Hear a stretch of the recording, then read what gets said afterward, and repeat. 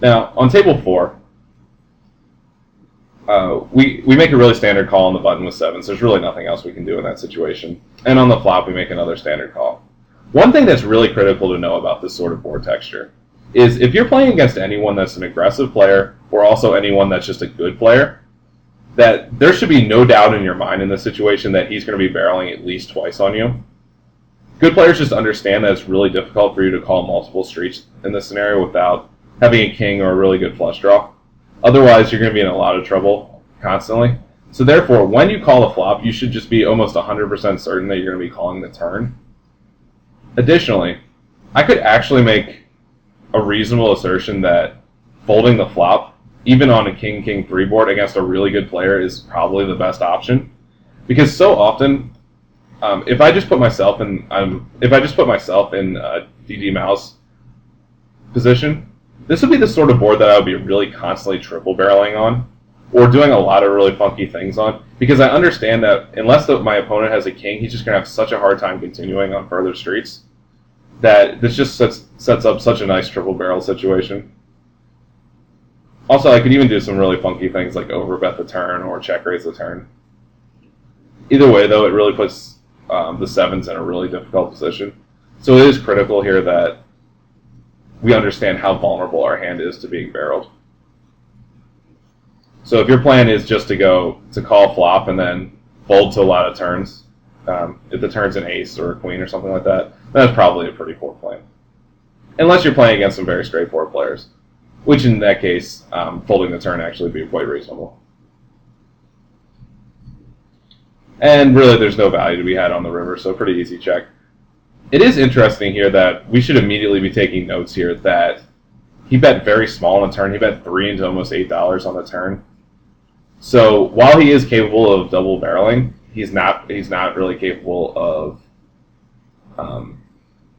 of making a true double barrel. I really think that if he had a king there, he'd probably bet something like $5 or $6 in the 7th. One of the guys, when they were watching my last video, made a comment that isn't it dangerous to sort of go on these assertions where you're not sure, you don't have concrete evidence what they would be doing, but you can assume something. And I don't really think it's dangerous at all. For example, if we were really stuck in a tricky situation there where he triple barreled and we had something like pocket 10s, and the board was king, king, 3, 9, let's say the river was a 4 or something like that. So pocket 10s, relatively not that strong there, but we pretty much beat anything that's not aces, queens, or king X, right? Now, if he bet 3 on the turn again, and then bet something like 8 on the river, or even if he made a larger bet on the river, I would assume, based on this last play, that he probably has a bluff on the turn, and since nothing really changed on the river, I'd be very happy to call the river. Now, in that same circumstance, if the same situation came up again, and he bet larger on the turn, I could make a very good point for even folding the turn, but certainly folding the river in that scenario. So therefore, a lot of times you're not going to have concrete evidence of what's happening in a hand. A lot of times people will fold before the river, so you don't know exactly what's going on. But a lot of times, if you can get to these not concrete conclusions, but these ideas of what will help you out better, all it's doing is aiding you in a very difficult situation, and that's what I continue to do in that scenario.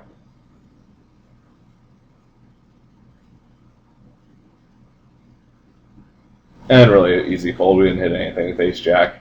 Because the guy's a 79-0, really never even a situation if he had something like the jack of spades that we would even want to be bluffing in that scenario, because we never expect him to fold anything legitimate. Let me just back it up just a little bit here, guys. I think Daniel just makes an absolutely critically bad mistake here. He ends up calling the cutoff. I'm sorry. Maybe we're in the... Not sure if we're in the cutoff or the button here. Either way, though, ace-8 suited is not going to be nearly strong enough to continue with. It's going to be reverse dominated all the time. We don't have a suited hand. Really, we're just going to be in a lot of trouble here post-flop.